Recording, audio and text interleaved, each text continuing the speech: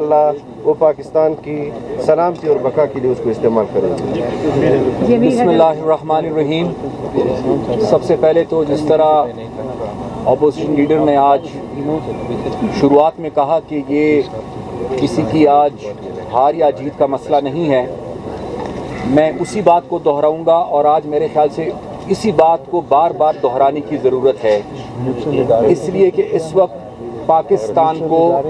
اتفاق اور اتحاد کی ضرورت ہے۔ بدقسمتی سے چند نادان دوستوں کے مشورے سے آج سے چند دن پہلے آئین پر اور پارلیمان پر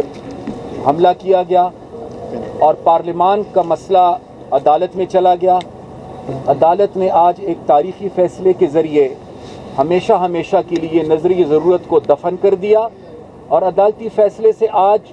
جمہوریت مزید مضبوط ہوئی ہے اور پاکستان میں آئین کی حکمرانی کے لیے راہ ہموار ہوئی ہے۔ میرے خیال سے اس کے بعد کا مرحلہ شاید نہایت ہی اہم ہے، جہاں پر ہم سب نے مل کر پاکستان کے مسائل کا حل ڈھونڈنا ہے، پاکستان کے مسائل کو ہم نے حل کرنا ہے اور اس کے لیے سب نے اپنی سیاسی نظریات سے تھوڑا اوپر اٹھنا ہوگا، اپنے سیاسی نظریات اور وابستگیوں سے بالا تر ہو کر ملک کا سوچنا ہوگا، پاکستان کا سوچنا ہوگا، اپنی قوم کا سوچنا ہوگا۔ اور میں بے شک اس سے متفق ہوں کہ اب تلخیوں کی گنجائش نہیں ہے۔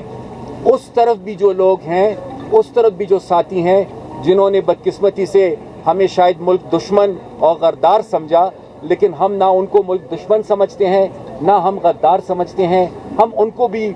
پاکستانی سمجھتے ہیں اور آج یہی اپیل ان سے ہوگی کہ ان تلخیوں کو بلا کر آئیں، مل کر پاکستان کی خدمت کریں۔ بسم اللہ الرحمن الرحیم۔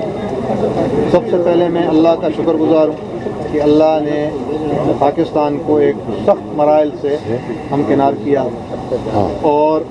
جیسے میرے ساتھیوں نے کیا کہ ہمارا ارادہ